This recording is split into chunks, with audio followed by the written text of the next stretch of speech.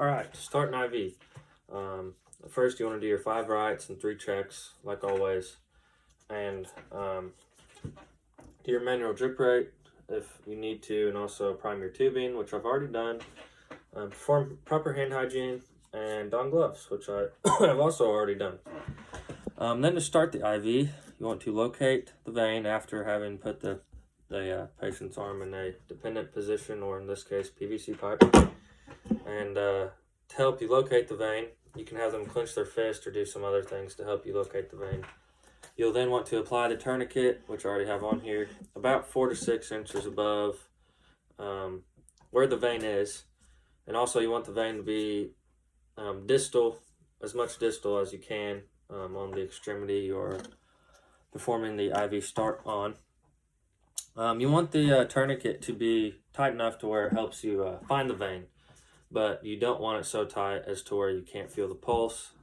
In that instance, you have the tourniquet too tight, and you'll have to redo that. You'll then get your cleaning supplies, and I've already cracked this, and you'll clean in a circular motion on where the IV start will be at. Then you'll grab your catheter, and catheters are selected based on the gauge is based on typically the medication you're giving. Sometimes you can base it on the client's condition or their age, but typically it's their medication they're giving determines how big or small the gauge is.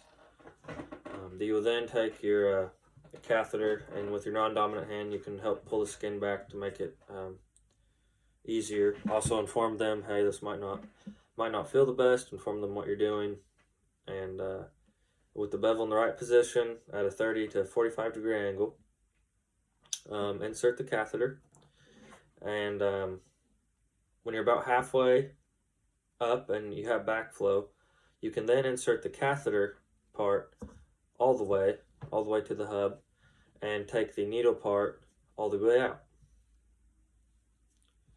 And start the needle, and now the catheter end is in there, and you can undo the tourniquet after you have the tubing that you have ready, and put the tubing on. You can then tape it in a cross pattern, trying to avoid the saline lock. And also with the dressing, with this end of the dressing, this end, you try to put it on the hub, and once again avoid the saline lock. Also the initial date and the gauge on the dressing, and maybe if a start date, an end date, and time to put on the dressing too, to know when to change the dressing to prevent sepsis, and to know when to take the dressing off. And then after you've done all that, dispose of all the materials and stuff in your area, and perform proper hand hygiene again, and you're done starting an IV.